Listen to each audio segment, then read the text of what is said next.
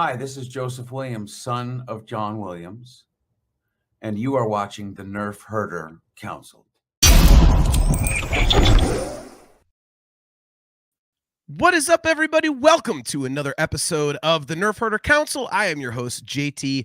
We are live on Facebook and YouTube, both pages for the Nerfherder Council, as well as the pages of the Virtual Cantina Network. As always, guys, the views of the Nerfherder Council do not necessarily reflect those of the Virtual Cantina Network, and there could be some bad language in this show. So if that sort of thing offends you, you might want to turn it off.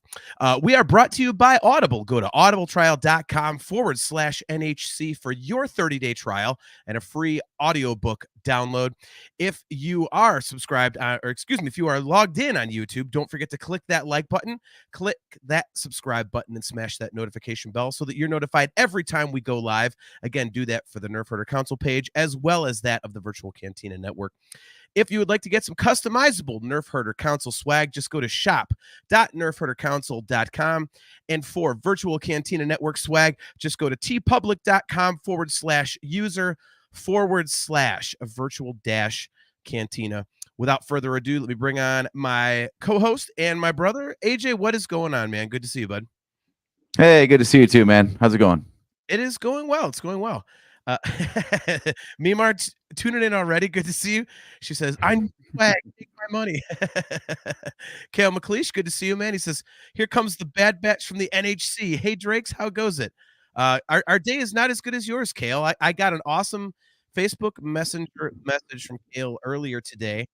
He actually has physical copies of his band's new album on hand. So he's having a pretty damn good day. He's pretty excited. It looks great. The band is fantastic. Oh yeah, that's awesome. So yep. So yeah, Kale, if you want to throw the details in the comments, and I'll put it up on screen here and do a plug for you. But yeah, so Kale's having a good day. But good to see you guys as always. So yeah, so we are back, and last episode was fun, a little sad at parts. So we're gonna be back to our normal shit tonight, which is always a good time. So yeah, wanted to talk a little Bad Batch. We are now officially 1 week away from the kind of strange, but the 3-episode season premiere coming next Wednesday. Yeah. So basically, we get to watch kind of like a mini movie, I suppose. So that'll be kind of interesting. So yeah, we wanted to talk a little bit about Bad Batch. I went to try and look back at previous shows that we've done, AJ, about the Bad Batch, and we didn't have as much content about it as I thought we did. So that was kind of surprising because you and I are both big fans of the show. Yeah, for as much as we like the show, it's one of those things that I think, you ever like read your text messages and then you're busy, so you put your phone back down and then you just forget to reply because mentally you've checked it off, like, okay, I've addressed that and now on to the next thing. I feel like Bad Batch has been that for us, where we just assumed because we're fans of it that we've talked about it, but we really haven't, not even privately, really. So we've said on air that we've been fans of the show, but we really have never gone into detail as far as why. I'd like to hear from you specifically, because you really had a hard time getting into the Clone Wars for a while. So this being an extension of that show, I want to start us off there and just wonder, like, what is it about this show that grabbed you and pulled you in from the start? Sure. Real quick before I get to that, I do want to give Kale his plug. So his album is called Too Long Between Drinks, and the band is Lines of Conviction.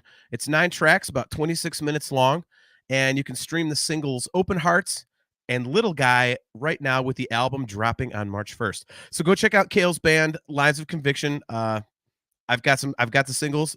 I won't say what else Kale gave me, but it's really, really good. You guys are going to really enjoy it. So make sure to go check that out. Again, the album is called Too Long Between Drinks by Lines of Conviction. Yeah, so I wish I had a better answer as to what drew me into, the Bad Batch. I think what kind of did it to me was, oh, I forgot we can't do that. Oh boy, damn it, AJ. There we go. All right, you're gonna have to run the graphics for me because I don't know those things. That's awesome for our audio viewers. So yeah, I think it's a combination of things. I thought the animation looked really cool on the characters. So a lot of times the aesthetics of a show will grab me, be it live action or animation. And admittedly for animation, it's got to be pretty impressive because I don't really get into the cartoon thing very much. But something about the Bad Batch characters themselves really looked awesome to me. So I thought, okay, this is going to be cool. But I think what it also was the fact that, I've said many times on the show that, um, you know, I it's not that I dislike Clone Wars. It's just I keep trying to watch it and it hasn't grabbed me. So I was hoping with the Bad Batch, I'm like, all right, let me see if I'm missing something. Is this going to get me back into the Clone Wars or get me into the Clone Wars? So I wanted to check it out. And I think, season 1 starts out with that awesome Order 66 flashback, and that just grabbed me immediately. So, for that reason, I think right off the bat, I was like, okay, cool. Like, let's do this. Like, I liked how they used the actual Palpatine dialogue, audio dialogue from episode 3. They didn't have it, an actor redo it or anything like that. So that was cool. Yeah, just it kind of grabbed me right off the bat. Like I was hoping that I would enjoy it, and that first episode just really got me hooked right away. And I thought the characters were really interesting. I really liked how they came out and immediately explained who everybody was and why for people who like me who did not know, because I know Clone Force 99 was it season 7 of Clone Wars? Was that the one that they appeared in? Or was it Yeah. season Okay. Yep. So I know like a lot of the, obviously Clone Wars fans would know exactly who these guys are, but I did not. So for them to come out and go, oh, this is Tech, this is I'm sorry, this is Tick, this is Echo, this is Rika, this is Hunter, this is Crosshair, and this is Omega. Like, for them to come right out and just say who they are. Don't And forget Iker. I thought I said Echo. I thought we don't have to talk about him. He's dead. Oh no, Tech is dead. Excuse me. Right. Spoiler. So yeah, I think it just grabbed me right off the bat because I knew who the characters were. They looked really cool. They started off with a story that I knew and just kind of played it out from a different angle. And so I think that the way they wrote it to start out was really, really interesting. So it just kind of grabbed me and I went from there. And I really enjoyed both seasons of it. So how about you? I mean, you were a huge Clone Wars guy, so you were already coming at this from what this is. Like, did you have any trepidation whatsoever? Because if I remember right, you were not the biggest fan of where that storyline seemed to be going at the very end of Clone Wars. Yeah, my problem with the whole premise was this idea of like, first off, remember when Clone Wars was canceled? Netflix had that extra season, the Lost missions or whatever, and then there were no Clone Wars. The show was basically dead, and finished. And we got those unfinished story reels that they put on like StarWars.com and YouTube and whatnot. And the Bad Batch story reels were on there, and that's when we first got this idea of like, oh well, there's these like clones that they tried to experiment on and mutate on purpose. And I was like, oh my god, okay, this is getting a little bit far-fetched now. I mean, even in a world of Star Wars, I'm like, okay, so now they're not all clones, or they are clones, but they're messed with clones, so they're not identical. So does it matter that they're clones? Like, Right. The whole premise right off the bat, and then we see Rika, lifting entire tanks on his own, and like the stuff they were pulling off was just. I always have to go back because this all lives in the same universe. I always have to go back to this thought of like, would this play in live action? And especially a character like lifting a tank by himself, who's supposedly just a human being, Yeah. With augmented strength. I'm like, no, that wouldn't work at all. This is not the Marvel universe. So I was having a hard time getting into the premise of the characters. But when we got Clone Wars season 7, my first question there was like, why? Like, they put so much money into that one season of television. I'm like, they've got to be doing something else with this. They wouldn't have resurrected and improved the graphics of the Clone Wars just to give us this little like victory lap, Yeah. So when they announced the Bad Batch, I'm like, okay, now this makes sense. Like, they actually built all this stuff for a whole other show. And they're like, while we're at it, let's just do a few more Clone Wars episodes as like a warm up, just to get everybody back in the flow of things. Yeah. So like you, I think that the series debut was fantastic. The way they retold Order 66, and you can go on YouTube and actually see they actually matched up their animation models to the scenes from episode 3 like identically. Yep. So you see like animated Obi-Wan slashing through Magna Guards, and you see animated Grievous escaping in the escape pod, and animated Palpatine delivering the address and all that sort of stuff. So I think they nailed it right off the bat, like you said. Like they hooked you because they're like, okay, we're right in episode 3. So you got to like jump right into like the movies and spin it off from there instead of try to get people invested in characters that had only appeared in a show and had no connection to the larger saga. Yeah. But even that being On said, top- go ahead. Sorry. Go for it. No, I was going to say, I mean, even that being said, Kale makes a good point. He says, I really liked that they gave us a Jedi that animated fans would know and be invested in. Yeah, I think right off the rip, using, Caleb Dune, who of course becomes Kanan Jarrus, showing a bit of that also kind of like was like a little, carrot for fans of Rebels and stuff. Like they've been like, hey, remember this guy? Like, check this out. Here he is. So I thought that was really smart too. I thought that was another good choice on their part. Yeah, so to start them off there and then spin the story off from that point was pretty perfect, honestly. Yeah. And beyond the artwork, of course, I'm a huge animation fan, and the show is just gorgeous. Yeah. But it has a very clear purpose. Like it knows what story it's trying to tell. It's telling the story of what happened to the clones once the Empire was formed, and that's something that like I never thought of. Did you ever consider that aspect of this? I mean, I wondered if they would tell that story, honestly, because it's kind of one of those things where you kind of go, okay, what happened? You went from a whole bunch of clones to just a bunch of dudes who were conscripted. There we go. If I could speak properly. So, I mean, in a way, I was kind of like, yeah, I mean, that's kind of like an untold little story. I think it's interesting that, see, to me, it played out differently than I thought it would. I don't think they explained that away very well.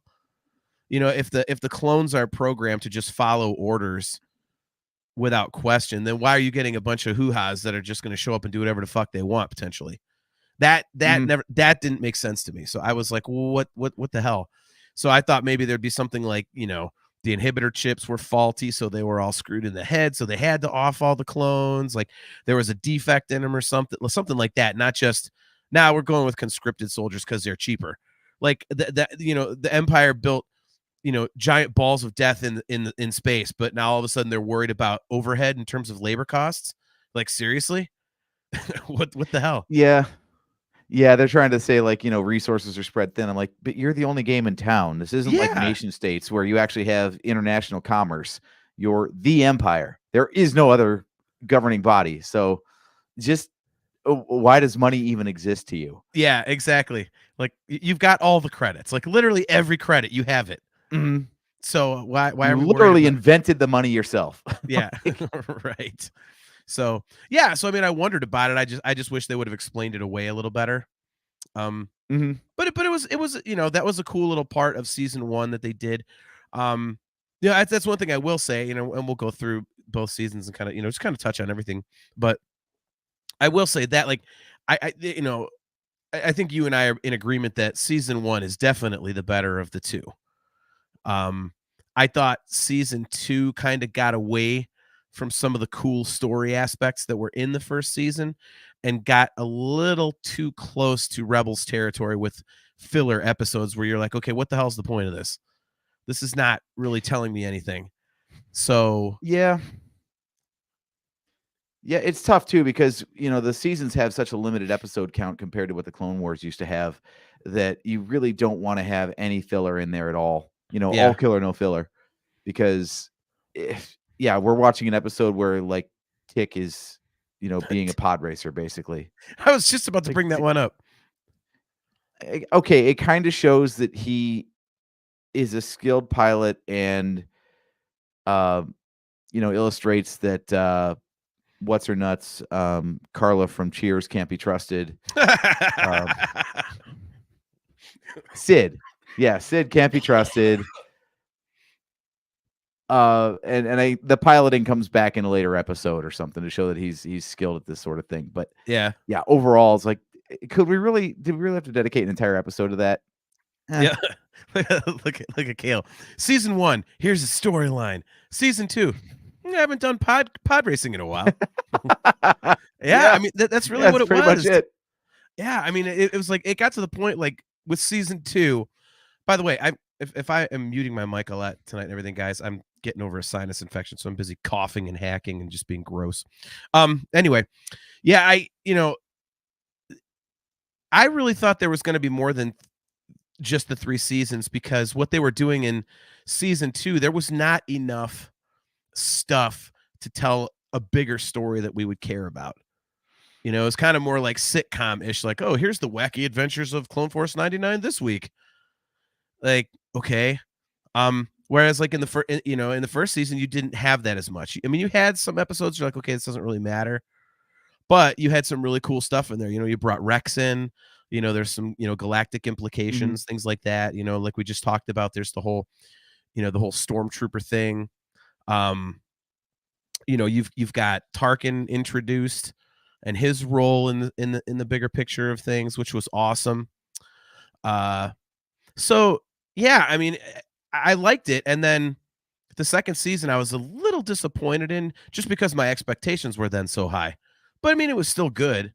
It wasn't like one of those shows where, previously I watched every week and was like, oh crap, I got to watch this. Oh my God. But it got so bad where I was like, eh. Or like Rebels, where I literally was just like, well, I guess I better continue with this just to say I finished it. Yeah. Like, so it wasn't like that, but yeah. Like, yeah, so Kale again. Kale's on point tonight. He says, we had the Wookiee Jedi in season 2. Meant nothing to the larger story, but yay, Wookiee Jedi.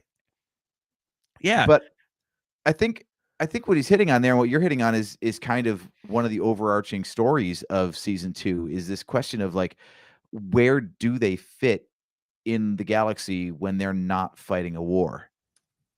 Like, yeah, season 1 was still fallout from the Clone Wars and the destruction of Kamino and all that kind of stuff. And of course, the separation from Crosshair. And then season 2 was like, all right, well, now what? Because Crosshair was off on his own, doing his own thing. I don't think they even crossed paths at all in season 2. I don't remember. But it seemed like it was either a Crosshair episode or a Rest of the Bad Batch episode. Yeah.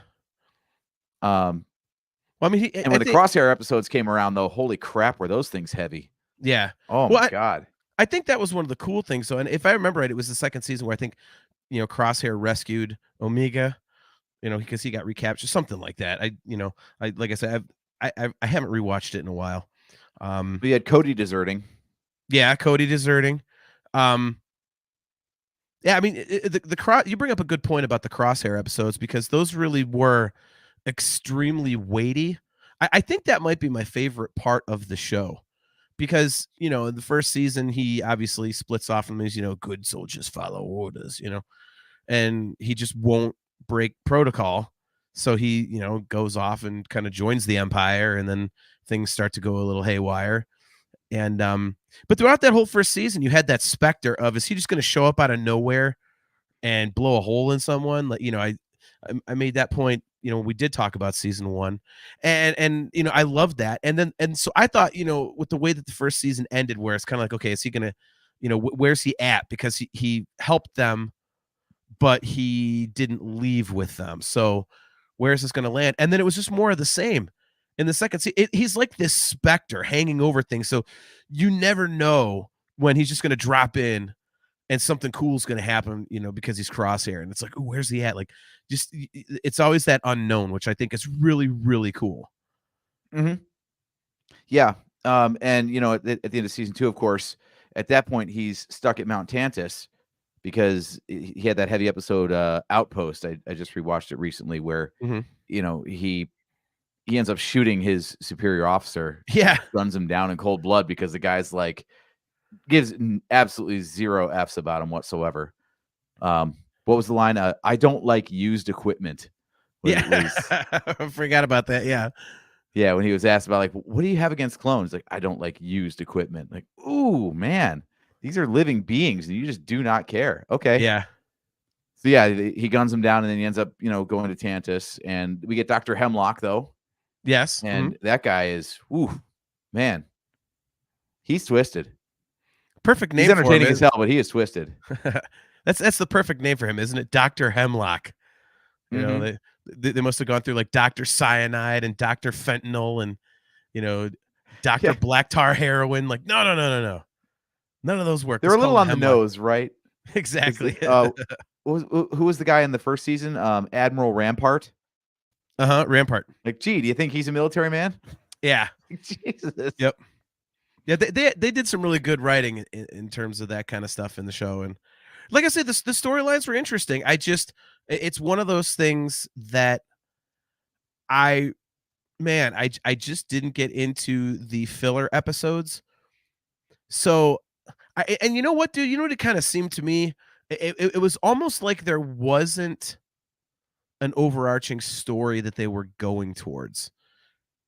You know what I mean? It wasn't like, the prequel trilogy where it's okay, we know it's the story of how Anakin becomes Darth Vader. There's a start and end. This seemed like, they were telling a larger galactic story. The Bad Batch are on the run, and you're learning about like how stormtroopers came about, and then you bring Rex in and all this other stuff. And then the second season, like nothing is really, and it's like, okay, well, what are you trying to tell me? Like, what is the big story here? Where is this all ending? So I'm hoping that it's just difficult to see, and that the third season is going to put a nice little bow on it, so that the second season makes a little bit more sense. So, because I really can't see what the big ending is going to be right now. Yeah, outside of, having some sort of resolution, obviously, for our Bad Batch characters beyond they all die. And probably, Rex ending up in the desert on that ATTE that we find him in Rebels with Gregor and Wolf. Yeah. Like I said, outside of putting people where they need to be for Rebels to make sense, I think we're just it's not going to be as much of a downer as we thought. Like, as soon as Ahsoka showed up in Clone Wars, everyone's like, "Oh, well, she must die by episode 3, of course." Yeah. And here she is alive, in the sequel trilogy era. Yeah. So they find ways to write around the obvious endings. So it can't just be like, well, all the clones are retired or murdered, basically. Right. There's got to be some sort of resolution for their story that completely like writes them out of the saga, because I don't know how many years on we are from episode 3 at this point. Probably only like 2 or 3 at this point. Yeah. But pretty early on, we see actual stormtroopers, not these TK troopers that are, the McCoy designs. Yeah. So, outside of that, Crosshair's got to come back with the team. That's going to happen. Yeah. No, I've already seen in the trailer for season 3 that, Omega is talking to him. So we gotta get those two together. And I think the trade-off right this time though is that she's going to save him. If I had to predict, what do you think? Yeah, I could see that, or he dies rescuing her like one last time. It could be like a sacrifice type of thing. Those twitchy hands that he had going on in the trailer kind of indicate that there is something that is just fundamentally screwed up about him now with all the experimentation they've been doing to him. Yeah. Yeah, I think he's going to be kind of like the linchpin to this whole thing, which is probably not going out on a limb too much, because he has kind of been, like I say, hanging around on the outskirts of the story the entire time, outside of the first couple of episodes. But yeah, I think he's gonna have a huge impact on these sorts of things. So, but yeah, I could see Omega saving Crosshair. Like I could see that, but it's that was one of my favorite moments of season 1. Was like right in the first or second, I think it was the second episode, where she says like, "You don't have to do this." Like, she knew that Crosshair was going to betray them. Yeah. She's always had that insight on him. And, at the end of season 1 too, she kind of had a moment with him as they were leaving, and she wanted him to come with, and so on and so forth. So I love that they're revisiting that connection. I feel like Omega's got her own relationship with each of the Bad Batchers. So, and I'm really looking forward to her coming back to Crosshair and seeing how that has evolved since she's older now and, more skilled and has seen more things. Yeah. It's funny. I'm wondering, like, people that are like going to tune into the audio version or rewatch this on YouTube when they hear us saying Omega. I wonder how many of them are going to go, these idiots can't even pronounce Omega, not knowing that we're doing the whole, kind of the accent thing, like Tick, Rika, Iku, Hanta. Hanta, and Omega. Like, so I feel like we should like make sure to mention that every few minutes. By the way, we know how to pronounce it. It's just we're joking. Should we address that, by the way? That's one of the questions I have about this series. Sure. The whole they're all clones thing, right? So if she is an unaltered clone, how is she blonde with an Aussie accent and a female? That's a pretty far alteration from Jango Fett. Maybe they just made her female. Like maybe that would be an alteration then. That wouldn't be an unaltered clone, would it? I mean, I guess you could look at it that way. I mean, the accent is there because, Django's got the accent, so that one's easy enough to explain away. Yeah, I mean, I get what you're saying. I just think for me personally, it's like unaltered. Like, yeah, it's just she's a Django clone. It's a she instead of a he. So there. Uh-oh, you offended Kale.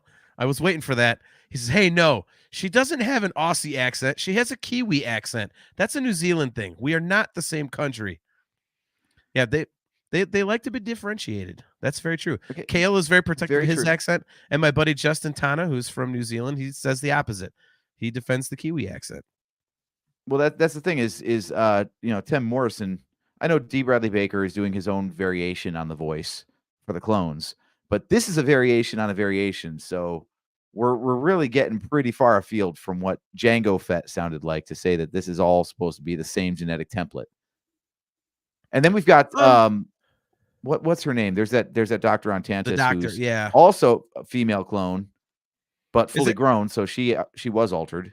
Isn't it supposed to be like Omega's sister or something like that in a way? Mm-hmm. Something like that. Yeah. I don't know. Like, dude, I'll be honest with you. I didn't question it that much. I just figured, okay, it's a Jango clone. It's basically like Boba Fett, but just a girl. That's the way I looked at it. So I was like, okay, good enough for me.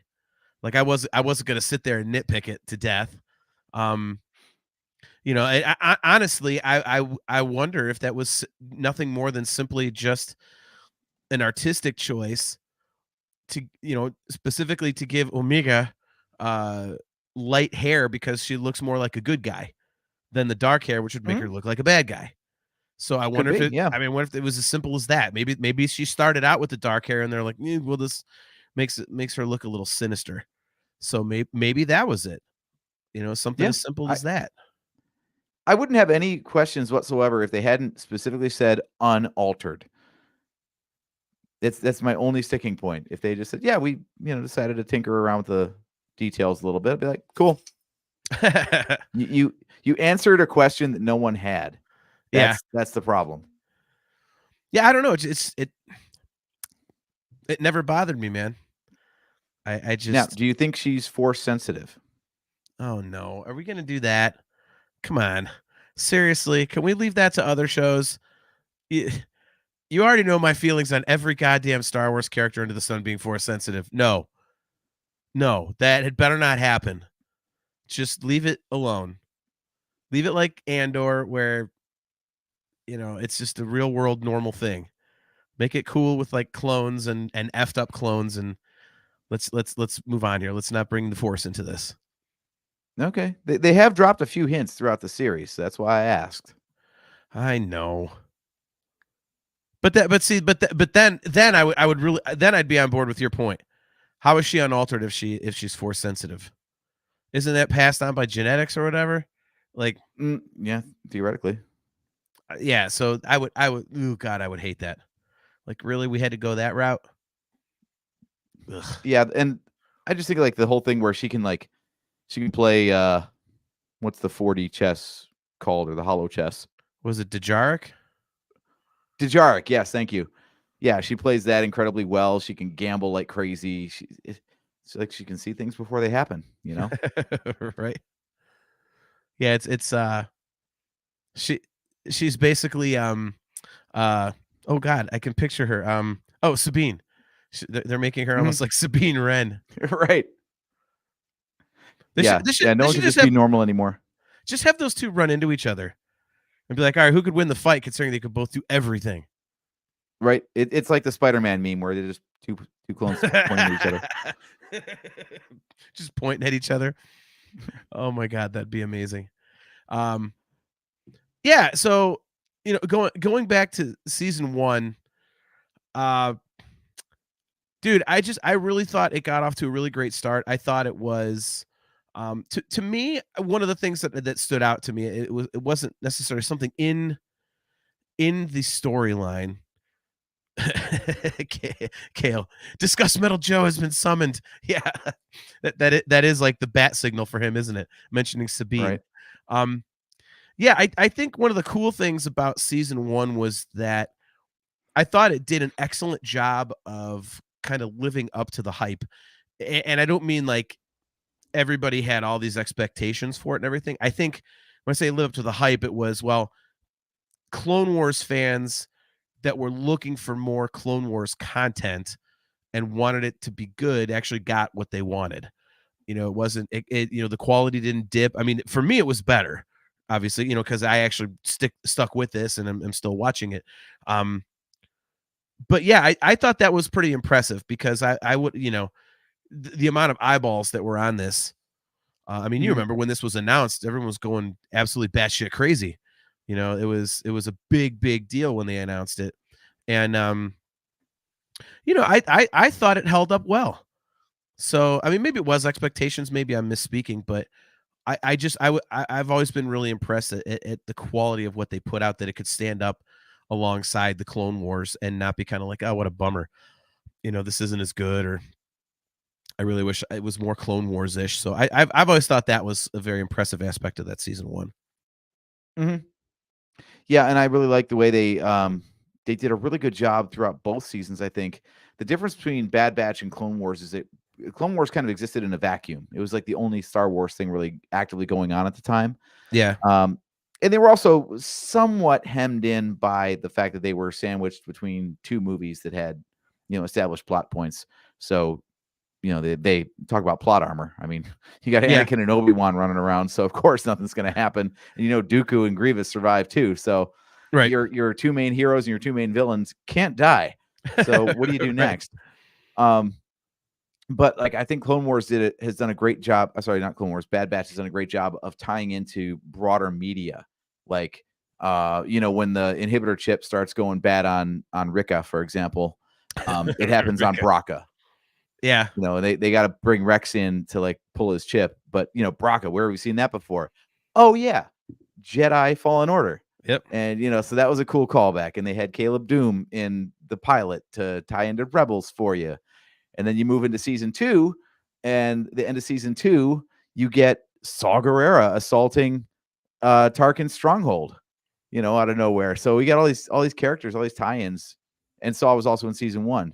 So I thought that was really cool the way they tied those in, and got the original Clone Wars guy to voice Saw in this because it's closer to his Clone Wars timeline than his Rogue One timeline, like Rebels had. So yeah. So yeah, I think the show does a great job of really being that bridge show that shows the transition between the Clone Wars era and the Age of Rebellion, leading up to the events of Rogue One and Episode 4. Yeah, I would agree.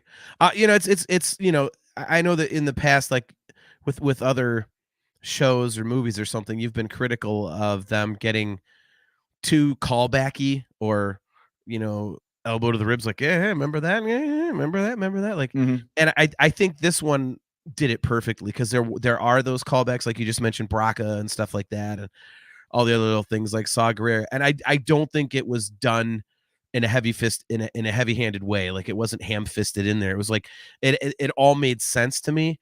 Like I never had that eye roll moment of, oh man, we're doing that really. Which occasionally you can get that in some of the Star Wars stuff. So I thought they did a really good job where that was concerned, because it was awesome to see that stuff, because we all like to see things we're familiar with. That's part of the fun of Star Wars, is like, we got Cad Bane and Fennec Shand, in season 1, which was cool.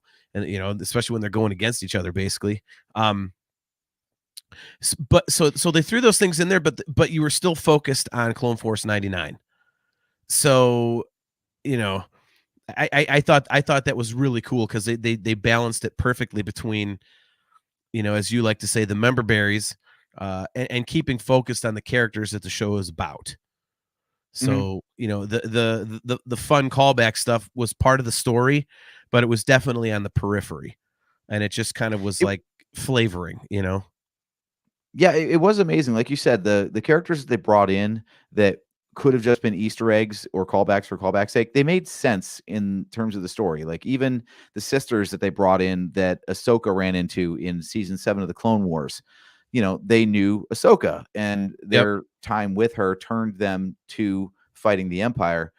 So it made sense that they would be crossing paths with the Bad Batch on that mission, because there's the connective tissue between them and Ahsoka knows Rex, and so on and so forth. And so even when you bring in a background character like that, it's plausible that they would have a reason to cross paths, instead of just being like, well, they could have been any two people, but let's throw the Easter egg out there instead.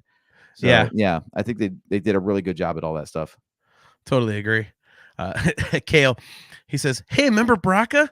Remember Cad Bane and Fennec Shand? Remember pod racing? Ooh, I remember. Yeah. Like I said, it was cool. Like I said, it was cool to see all that stuff, and thankfully it wasn't, poorly done. I think it wasn't too, it just wasn't over the top. So, all right, well, let's get into season 3 a little bit. You would know better than I would. We in those that little short trailer is like what, 2 minutes or something, and the little bits that we've gotten.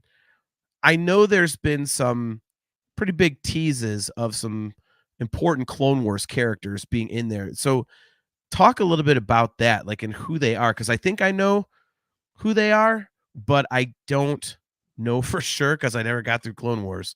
I'm just like, ooh, is that so and so? Like, isn't Ventress one of them or something? Well, okay, yes, that's the big one at the end of the trailer. Okay. Yeah.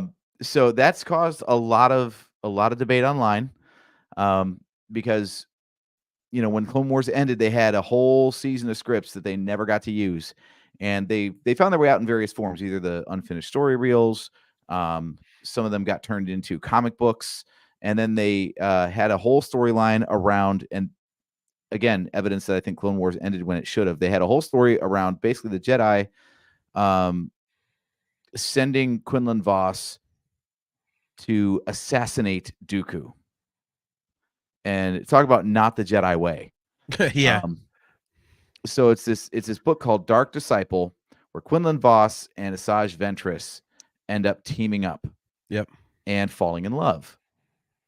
And spoiler for the book, sorry, it's been out a couple of years, but she dies.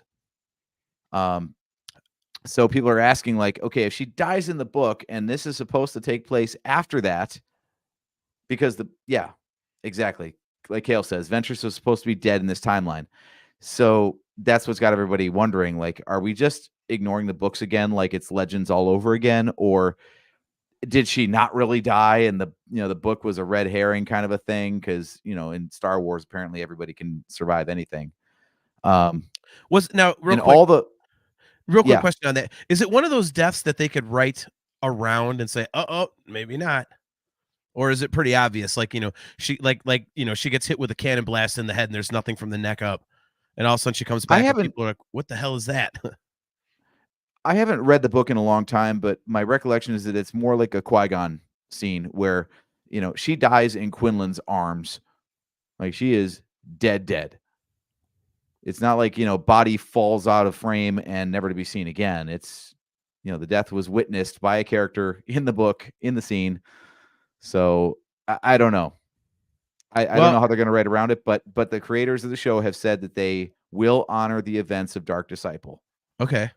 Yeah, it says the novel completes the long-running redemption arc of Asajj Ventress, having her assist Jedi Master Quinlan Vos in appearing to fall to the dark side without truly succumbing. The novel ends with Ventress sacrificing herself to save Vos, being struck down by a lethal barrage of force lightning by Count Dooku. Cooked by force lightning, that's pretty definitive usually. I mean, we're not sure about Mace Windu, but I mean, technically, you could write around that. And especially being in a book. Being in a book, obviously, the setting of the scene is a little bit vague. That's going to be part of the storyline. Quinlan Vos is going to come out and be like, oh, man. And then Ventress is going to come out. She's like, what the fuck, bro? Wasn't even dead. You just walked out of the room. You're like, oh, gosh, she's gone. I wasn't dead. I wasn't dead. What the hell was that? What is that? I give you the good loving and then you leave as soon as I get shocked with a little bit of lightning? F you, bro. It does introduce yet another loophole to the whole last of the Jedi will you be. Like, yeah, Ventress wasn't a Jedi. Totally force sensitive. Totally can wield a lightsaber and do all those things, but not a Jedi. So it's okay to be force sensitive as long as you're not a Jedi, apparently.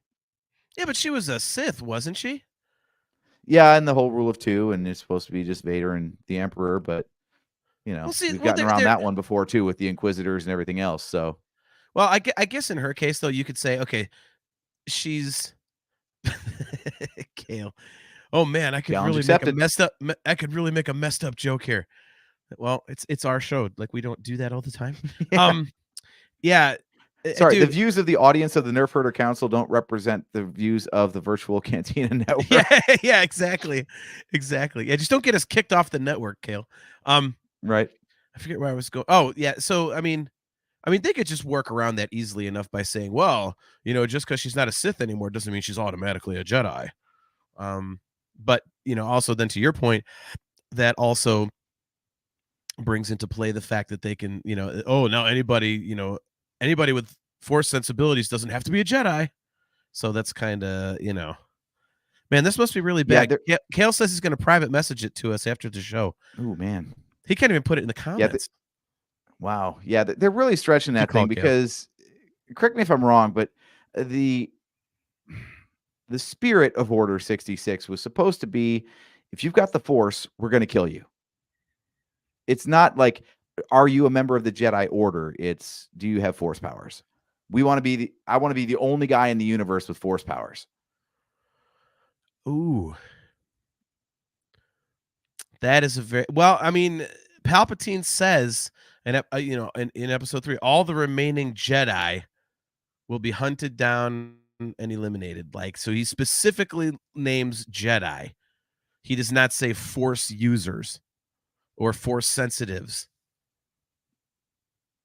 Yeah, but that was at a time in Star Wars when there weren't any other factions of Force users besides Jedi. No, Guardians of the Wills.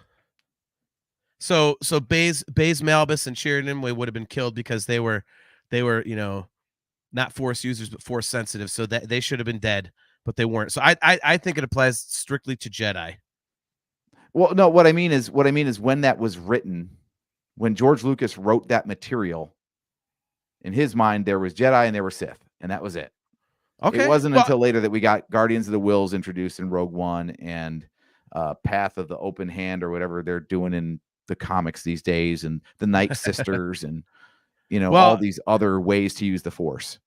The way that I would explain that, though, to me, is that the Jedi were the ones that could teach you, whereas, like, you know, like people say Finn is Force sensitive. Okay, well, if you didn't have Rey around, let's say he eventually, you know, comes back in episodes 10, 11, and 12, which is happening.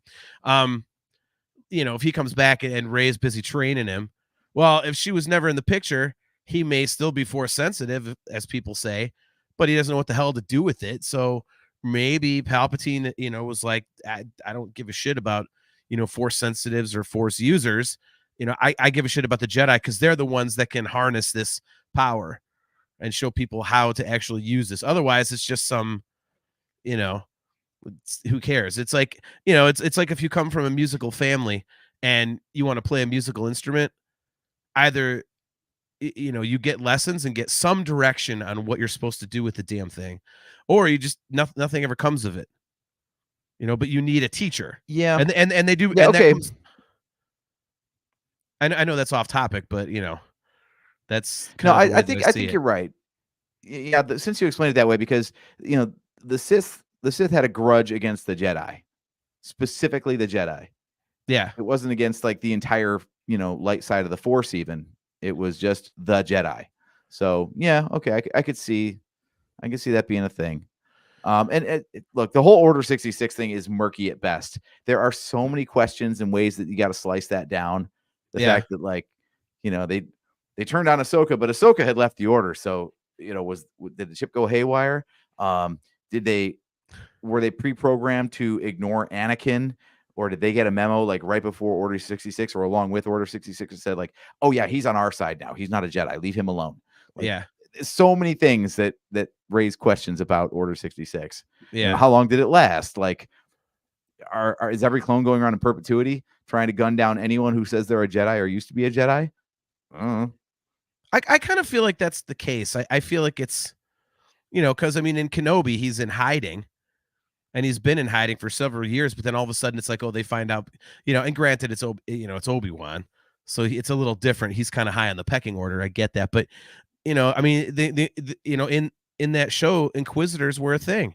They were still hunting down Jedi across the galaxy. Like they were still, you know, purging the galaxy of Jedi, you know, at that point. So, you know, I think it was an ongoing type of a thing, you know, and then to your point, like, you know, it's kind of, you know, I think that shows a little bit of ignorance on the part of the Empire, because they're like, oh, what are these other people going to do?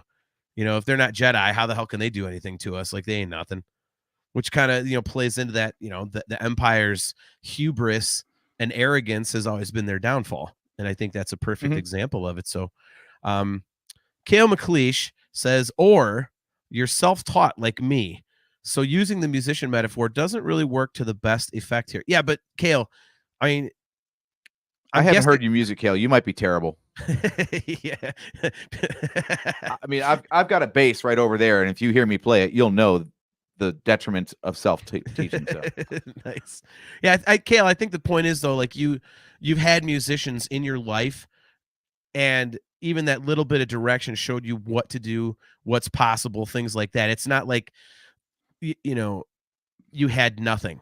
Like just out of the blue, you start playing guitar and you're good at it. You know what I mean? Like, no, you had to know, you know, where to get one, how to, you know, the very basics of learning an instrument somehow. It just doesn't like happen out of the blue is where I'm going with that. So, and don't contradict me, Kale. It's my show, so we cut that out. Sorry, back on season 3 stuff. Yeah, exactly. So yeah, we're talking about like where do you think the story is going? So I'll turn that question on you in a more specific context. What do you think they're ultimately trying to accomplish at Mount Tantus? Well, I mean, everything keeps tying into this cloning thing. And I think there's going to be more I still think there's going to be explanation in a lot of different shows that makes the sequel trilogy make more sense. You know, that makes the Palpatine clone thing make sense.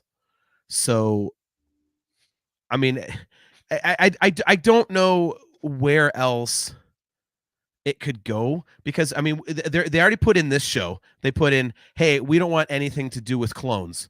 We want stormtroopers. But now all of a sudden it's, hey, we're working on cloning technology.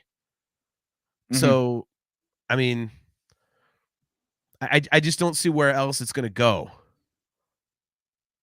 Unless for some reason, let's say First Order troopers are all clones, and that's going to be a big reveal. You know, maybe Palpatine changed his mind or something in Exile. Is like, yeah, you know what? Stormtroopers actually kind of suck. I'm going back to clones. Like, maybe that's it. But I mean, the whole thing seems to be centered around cloning, and we're seeing that in Mando. We're seeing it here. So it's definitely a major part of something that's coming up. Do you like that approach? Um, The fact that they've got, different eras of storytelling all focused around the same theme. yeah, I actually kind of do, because it it's one of my favorite parts of what Star Wars is doing, is the way that all these disparate shows always have these little tie-ins to each other. So even if it's just a very small tie-in, you know that you're in part of this bigger universe and stuff. It's not like, sorry to, beat this dead horse, but it's not like, the Marvel Cinematic Universe where the tie-in is, well, anything can happen at any time. So we're just going to write these goddamn stories. And, if something effed up happens, oh, it's in a different timeline. Like, no, that's stupid. That's stupid. There are no stakes. We've been over that. At least with Star Wars, it's like, even if they're not really, if they're seemingly like completely different from each other, they're not. That Like everything Marvel has to have multiverse in it now. Yeah. So no, I don't mind it. I actually think it's pretty cool. If I turn out to be correct about them trying to make the Palpatine thing make sense and actually be something people would enjoy, I would love that, because I think it'd be brilliant writing to do so. So I think that would be cool. And also it's kind of interesting because, I guess initially on the surface, when you think about it, you think cloning. What the God, really cloning? But we've already had it. So it's not like some new idea like the world between worlds that, is like, oh, this is time travel. Like, what the hell is that? Like, the clones, like, we knew what they were. It wasn't just some stupid idea they came up with to, oh, we need to write more crap. Like, no, it was called the Clone Wars. It was, it was there from the beginning. So it's just something that they actually wrote a bigger backstory to. So it's cool. So I don't mind the cloning thing for that reason. Whereas I do mind World Between Worlds. So no, I mean, that's a very long-winded way to say no, I don't mind it, and I actually think it's pretty cool. What about you? I'm of two minds. I don't mind it. But I also don't think that this should be like the only thing going on in Star Wars storytelling. Like, part of me says it'd be interesting if they can, salvage episode 9. Part of me says maybe just leave it alone and tell another story. I don't think there's that many people that are clamoring for episode 9 to get better. Sometimes you just kind of gotta cut your losses and walk away. Like, is anyone really looking for redemption for Star Wars Resistance? Like, we got Senator Ziono showing up in Ahsoka, and that's enough for me. Yeah. Thank you. I don't need any other connective tissue there whatsoever. Let's just leave that one be, Right. and move on to the next story. Yeah. And again, like you were saying, the whole cloning thing is like, all right, we've had the Clone Wars, we've had all these clones, and now we're just gonna go even harder on cloning. Like, man, there's so many stories to tell in this galaxy. Do we have to all make it around Palpatine? Well, I mean, but what if that's the, what if that is the greater storyline? I mean, we know that they've got stuff written 3-4 years in advance, sometimes further. I mean, the story group is, there's stuff that they've got in their back pockets right now we're not going to see till like 2027. So what if there is an awesome, huge, just monstrous denouement to this whole thing? If I use that term correctly, I sometimes get them messed up. Not really, but it's okay. Moving on. The Germans, when in Rome. Yeah. The Germans, forget it. He's rolling. Yeah, exactly. Yeah, I mean, maybe there's some big crescendo, I think, is what you're talking about. But the end of a story, the period at the end of the sentence. In this case, it would be like an exclamation point. I wouldn't have a problem with it. Yeah, I think if I said I did, I'd be kind of a hypocrite, because I already said earlier this show, like, well, where is the Bad Batch going? It doesn't seem like there's a definitive endpoint. And I tend to have a problem with stuff without a definitive endpoint, because again, then it's just a sitcom. It's like, as I said earlier, oh, here's the wacky adventures of so and so for this week. next week watch as they slip on a banana peel and whatever. Right. Like, so Okay, so that's another good question. So, all right, so we've never heard of the Bad Batch before this show and season 7 of the Clone Wars, but we've got stories that definitely revolve around other characters that have shown up. We've got the old clones in Rebels, for example. So, do you feel like you need a definitive end to their story, so you're not asking where the hell are they in Rebels, or is it okay to just have their part in the larger saga be over? Oh man, that's a really good question. I I'm never really one to say if someone's story doesn't come to this definitive end, like, well, that's kind of a downer, it's kind of a letdown, like in future properties going, whoa, where was so and so? Because I in a way I like it. Okay, I see the benefits to both. I like when there's a definitive ending, as I've said a couple times throughout the show. But I think, especially in terms of Star Wars, if they don't have a definitive ending, I also kind of like that too, because then you can down the road be like, oh, holy shit, here's Ricka, here's Hunter. Like they might pop up somewhere and you're like, oh yeah, like there might be an additional story. Maybe they've got something to do. It's like Rex or Rix. I mean, he was just like he was like the main guy, in the Clone Wars, and then all of a sudden, oh no, he's the guy with the white beard in Return of the Jedi, and now he's in Rebels, and now he's in so to me that's kind of cool because if it's a good character, I don't mind seeing more of them. As long as it's not shoehorned in there. But let's say there is a spot for one of the Bad Batch. We don't know. Maybe there is going to be like a very like vague ending to this season 3, and then when we see Mando again, what if like Hunter's with him, or he finds like, or Crosshair finds him if he survives or something. You know what I mean? Like you're like, oh my god, like he's here we go. So that'd be cool. It's kind of like the whole thing with Tech or Tick right now. Like, okay, he plummeted. Cool. But it's one of those things like, okay, everybody when that happened, we're like, okay, you can't see how he's going to survive that, but it's Star Wars. So everyone immediately, like right off the bat was, well, he could still be alive. So maybe we're going to get Tick, down the road. every time I see Tick, I think, like, right. Anyway, the views of the Nerfherder Council don't necessarily right. So yeah, I'd be happy either way, and it would almost be even more cool. I like these characters enough to where I think it would be kind of cool if it's like, okay, what the hell happened to them? Because then you can bring them back later on for something. I think that'd be pretty kick-ass. Okay. I'll put you right on the spot then. Okay. Should Tech stay dead?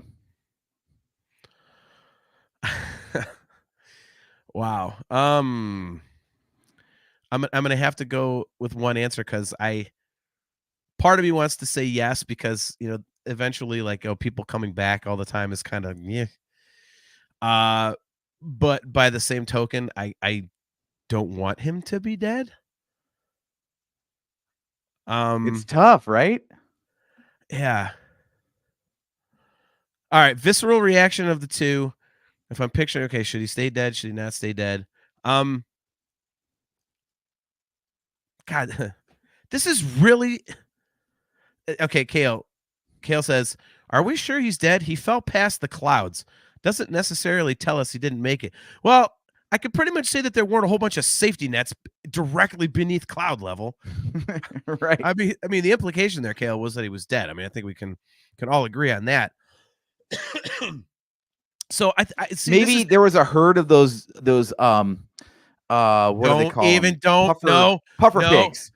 Okay. Yeah, there was a herd of puffer pigs on the ground all the way down there, so he just bounced a lot, until he eventually landed safely. They were like on the side of a mountain, so it was like that's going to be like the first half of the first episode of season 3. It's just him bouncing, like doing the Homer Simpson down the gorge. Yeah. Like, boy, is that a 30-year-old reference, if not older. Good Lord. Oh God. Dating ourselves a little bit. Yeah, Kale. That's exactly where I was thinking he was going. He says, Purgle or something. That's exactly where I thought he was going to go. Yeah. Okay. So man, I really don't know what to say about that, AJ, because it's like, I think if they leave him dead, in fact, you know what? I'll give you my 2 points of view and see which one you prefer. So I'm gonna ping pong it. I'm gonna put the spotlight back on you. Okay. If they leave him dead, then you've kind of got that specter over everything, like kind of in Rogue One, where K2 dies, and you're like, oh shit, wait a minute, like these people can die. So then you're wondering, is somebody else gonna die? Like, okay, well, what's gonna happen to Crosshairs? So it has that shadow of doubt. But by the same token, like I just said, if he survives, then he can come back and do something later. And if there's even a hint of him being alive, then the rest of the show, you've got this specter hanging over, like, ooh, is Tick out there? Like, can he just come in on the fly? Like, is he going to be, like maybe the rescue mission for Omega and Crosshair goes all to shit, and right as they're about to be executed, like all of a sudden Tick comes down and saves the day. And like, that's the big reveal. Like, so which would you prefer? Like the specter of, oh my God, anybody can die, or the whole, we don't know when he's going to save the day, and he can do something later in Star Wars. I hate to say it, but I want him to stay dead. I want him to stay dead because there's got to be stakes, like you said. The one thing that sucks is that the batch is getting pretty tiny at this point. They only lost one. Penta, Rika, and Omega, and that's it. Because Crosshair's off doing his own thing. Echo left with Rix, and Tick is dead. So you've only got 2 members of the batch that are actually out there doing something. 2 more are one of them's not even on their side and is captured at Tantus. The other one is on their side and is captured at Tantus. And the other one is dead, and the last one wasn't an original member and is gone anyway. Yeah. So it's a really tiny group to follow unless they're all coming back together, and that's kind of the through line of season 3 is getting the band back together, which would be cool. I could totally see, the culmination of all this being that they're all back together. Maybe not Echo, because, I don't think he really belonged in the first place. I thought he was redundant with Tick, but I did get him confused for the longest time. Yeah. So I don't think his participation was really necessary from the start, but he can stay off with Rex somewhere, and the actual Bad Batchers can reunite and do whatever big final battle they've got to do against probably Hemlock or something. I don't know. Right. So, Torres, good to see you, man. My very good friend Torres says, nah, let him be done and not come back. Torres wants Tick dead. Or I'm sorry, Tick did. So yeah, I see it both ways, man. I don't think I would be upset either way. I love the character of Tech, so I think he's my favorite. So that kind of bummed me out a little bit. But I mean, you'll have those things. So yeah, I don't know, man. I could see it either way, and I wouldn't be upset either way. So, like I said, what do you think about Pabu? Pabu getting crushed by the Empire? Which character is Pabu? That's the planet. That's the peaceful planet that they found that they were considering settling on. Oh, destroy it. Empire's destroyed every other planet. Why not that one too? Okay. No love for Pabu. No happy ending for the Bad Batch at all. Just have the whole thing. They're homeless. They're nomads. They're never going to find anywhere to lay down. Just have the whole thing be like the darkest of the dark. Like the whole season is just like slit your wrist depressing. Like the whole thing comes down to like everyone dies but Omega, and then Omega just gets tortured and killed at the end. So like they basically, the cute little teenage girl gets it in the worst way at the end of the show, and that's how they end it all. Like, and everyone's like, "What did I just watch?" Oh my God. They just commit like war crime after war crime against her. Yeah, exactly. Experiment the shit out of her. Cut pieces off her. Some serious Bergen Belsen shit or something. Like this be like just have like it totally be like World War II metaphors. Just make it the most offensive, vile ending you could think of. Like, They oh run out of boy, ideas. They just go human centipede on her. They're like, well, we didn't have anything else to do with her, so we just started playing around. right, right. Then we find out there's another clone that was just like Omega, and that's who they're human centipeding her with. That. In fact, that's gonna be the whole point of this whole thing. That's what they were trying to do. It's Bad Batch was actually supposed to be a human centipede Star Wars crossover. So that's what Dr. Hemlock was supposed to be doing. He was making a human centipede with clones. That's what he was doing. I don't even want to know where the Zillow Beast fits into all that then. That would be the end. That's too far for even us on air. So we're just gonna maybe I'll PM you that joke after the show too. Yeah, right. look at Kale. You don't deserve happiness. That was the entire point of this period in the galaxy. Kind of. Exactly. Like, I hate to say that you're right with this mega downer ending, but we always got the impression that like this is the time where the Empire was at the height of its power, where there was no resisting them whatsoever. The war machine that had existed in the Clone Wars just pivoted and got pointed inward at its own population. So if there's like any ray of hope here to say that like, oh, the fight continues. No, the fight doesn't continue. It should be like, Obi-Wan and Yoda, escaping with their lives and licking their wounds until the time was right to mount a counterattack. Yeah. I don't want this whole thing to be like, oh, well, the rebellion was going on the whole time. Like, nah. Let's let everyone survive and agree to just like slink away for a little bit and regroup. Yeah. I just the one thing I hope, and then we can get out of here pretty soon, but the one thing that I hope is that they don't let's say they do end up killing off the Bad Batch for some reason. I hope it's for a really damn good reason.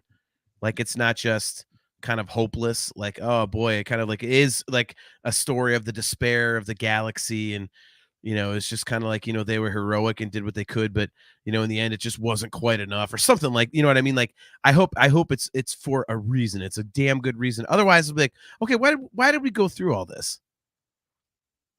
You're just gonna show me people that were heroic, but they got smoked anyways. Like what the hell? What do I care about that for? So I think that's my biggest hope for the show, the ending of it anyway.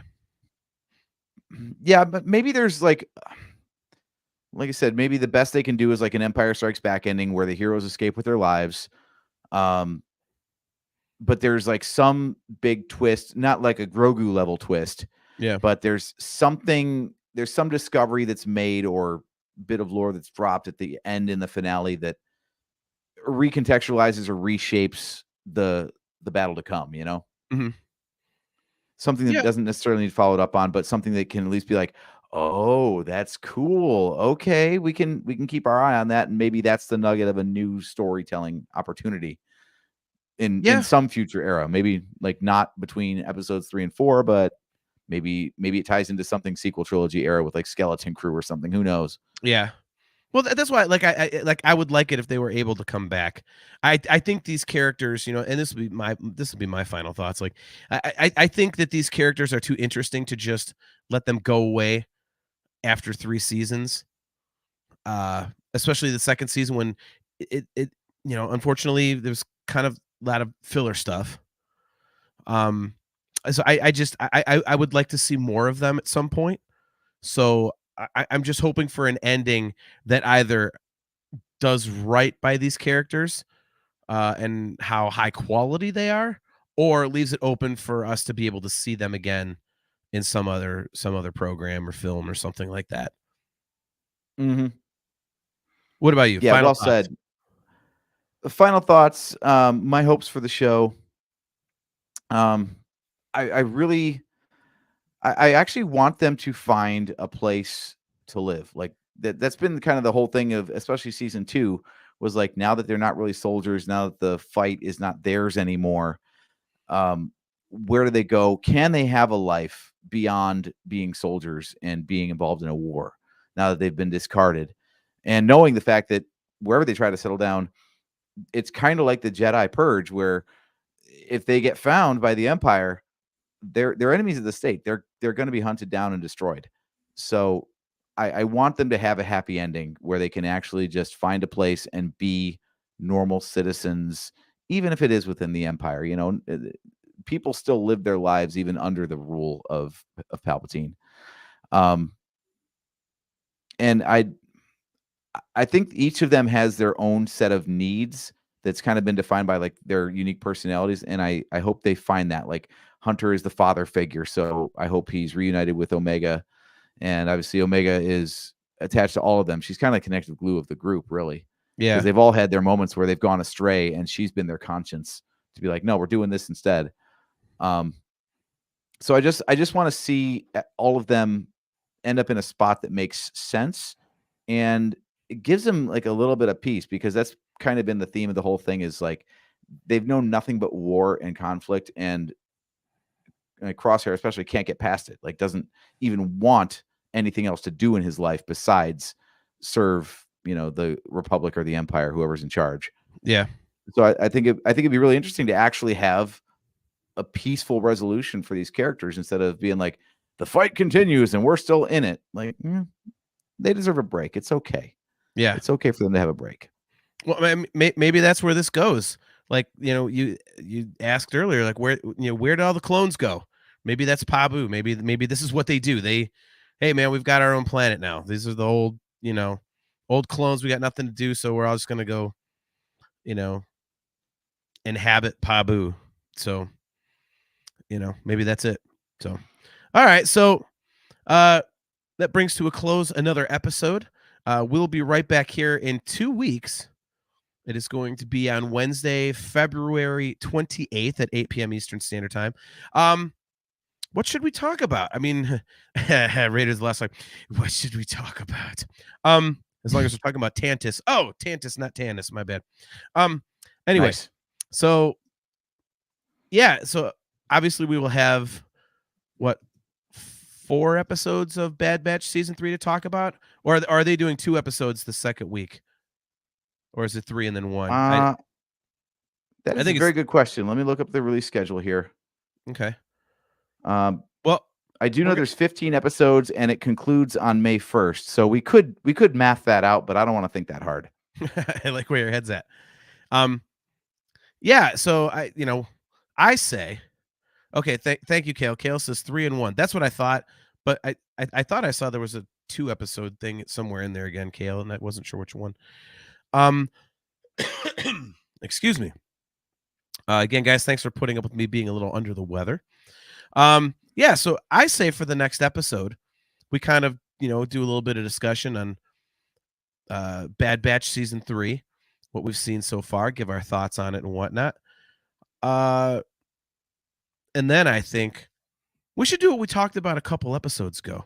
If not the last episode, I don't remember when we discussed it, but I think we should watch Disney's The Black Hole and talk about that abomination. Yes. Love it. Okay. So there we go. So we're definitely doing Black Hole for the next show, and we'll give some brief thoughts on the premiere of season 3 of the Bad Batch, huh? Bad Batch and the Black Hole next on the Nerfherder Council. That's going to be fantastic. If I can give a quick tick update, by the way. Okay. I'm still working on the website, guys. So the audio feed is still kind of borked. I will say that we do have a Patreon page, and that's where everything is still going up. So we've got all of our episodes being published there for right now. You don't have to be a paying member to get those episodes whatsoever. So go find us at patreon.com/NHC podcast. All of our posts are made there for the time being. And maybe in perpetuity. I don't know. As long as Patreon's serving our needs, maybe I just won't pull my hair out trying to get a website going back. So we'll figure it out. But yeah, Patreon's where to find all of our latest happenings and goings on at this point. Awesome. All right. Well, this was a fun episode, man. Again, we will be right back here, everyone, on Wednesday, February 28th at 8 p.m. Eastern Standard Time. If you are watching on either either our YouTube channel or that of the Virtual Cantina Network. Don't forget to click that like button, click that subscribe button, and smash that notification bell so that you are notified every time that we go live. Many thanks to our very good friends, Cale McLeish, Aaron Torres, Mimar. Great to hear from you as always. Thanks for jumping into the chat for another episode here. As always, we are brought to you by Audible. Go to audibletrial.com/NHC for your 30-day trial and a free audiobook download. If you would like to get customizable Nerfherder Council swag, just go to shop.nerfherdercouncil.com. And if you would like to get Virtual Cantina Network swag, just go to tpublic.com/user/virtual-cantina. So, again, we'll be right back here in 2 weeks on February 28th at 8 p.m. Eastern Standard Time. Until then, I'm your host, JT, at Dog Pound Jedi. He is AJ. At Drake Adams 579. And we will catch you guys later.